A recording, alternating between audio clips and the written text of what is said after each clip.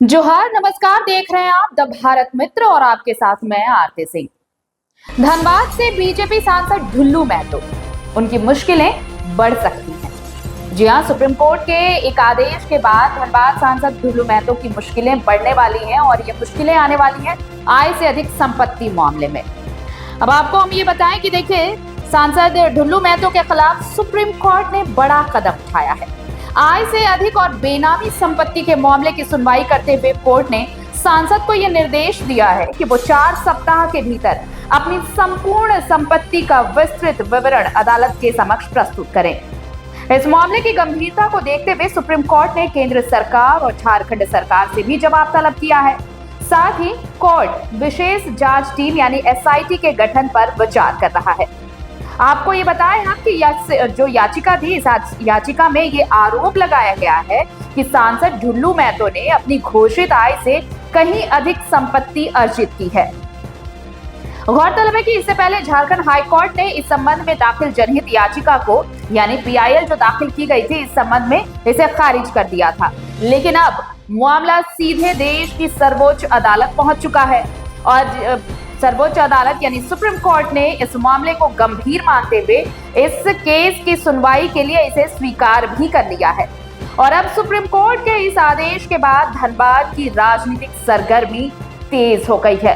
विपक्षी दलों को एक मौका मिल गया है बीजेपी पर पलटवार करने के लिए और विपक्षी दल इसे भ्रष्टाचार पर सर्जिकल स्ट्राइक कह रहे हैं। इसे सर्जिकल स्ट्राइक बताया है विपक्ष ने और सांसद के समर्थक इसे एक, हालांकि देखिए, जब वार पलटवार चल रहा है, सियासी बयानबाजियां शुरू हुई हैं, तो अब दूसरे तौर पर यह भी कहा जा रहा है, जो पक्ष है उसकी तरफ से ये कहा जा रहा है कि ये एक राजनीतिक साजिश है और अब अगली सुनवाई जो होगी उसमें ढुल्लू महतो को अपनी संपत्ति का पूरा ब्यौरा सुप्रीम कोर्ट में पेश करना होगा।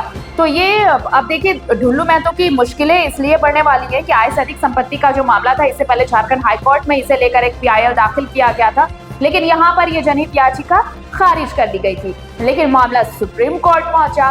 भाई, सुप्रीम कोर्ट पहुंचा तो अब सुप्रीम कोर्ट ने इस मामले में संज्ञान लिया है और 4 हफ्ते बाद इस मामले की सुनवाई होनी है। साथ ही राज्य सरकार से भी इस मामले में जवाब मांगा गया है और सांसद ढुल्लू महतो को, बीजेपी सांसद ढुल्लू महतो को अपनी संपत्ति का पूरा ब्यौरा देना होगा। सामाजिक कार्यकर्ता और अधिवक्ता सोमनाथ चैटर्जी ने यह याचिका दाखिल की थी।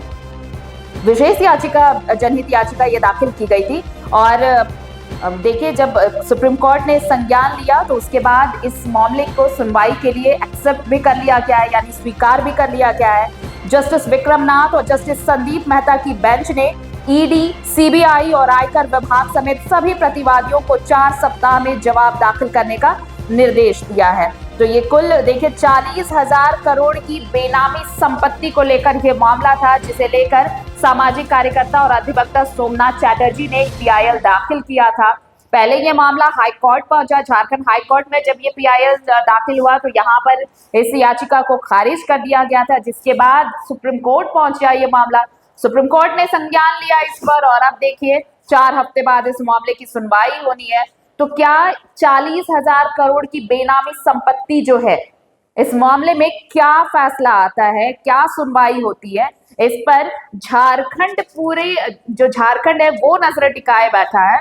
साथ ही देखिए, विपक्ष के पास एक मौका भी हो गया है। विपक्ष भ्रष्टाचार पर इसे सर्जिकल स्ट्राइक करार दे रहा है कि भाई, बीजेपी के सांसद हैं अब ढुल्लू महतो धनबाद से, अब ये 40,000 करोड़ की जो बेनामी संपत्ति है उसका क्या, उसके लिए कौन जवाब देगा। और इसी को लेकर ये पीआईएल दाखिल किया गया था।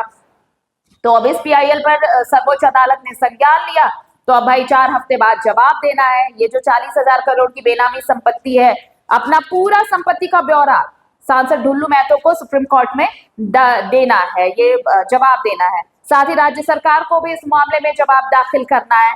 आपको बता दें कि ईडी, सीबीआई और आयकर विभाग समेत सभी प्रतिवादियों से 4 सप्ताह में जवाब दाखिल करने का निर्देश दिया गया है। तो ये हो सकता है कि अब मुश्किलें शायद बढ़े आय से अधिक संपत्ति मामले में। बीजेपी सांसद ढुल्लू महतो की धनबाद से सांसद है, लेकिन इस बीच सियासी बयानबाजियों का दौर भी शुरू हो गया है। एक तरफ विपक्ष इसे करप्शन पर सर्जिकल स्ट्राइक बता रहा है, तो जवाब में ये कहा जा रहा है कि भाई ये राजनीतिक साजिश है। अब ये देखना होगा कि 4 हफ्ते बाद जब सुप्रीम कोर्ट में इस पर सुनवाई होती है तो क्या कुछ होता है। इस पर सभी की नजरें टिकी रहेंगी।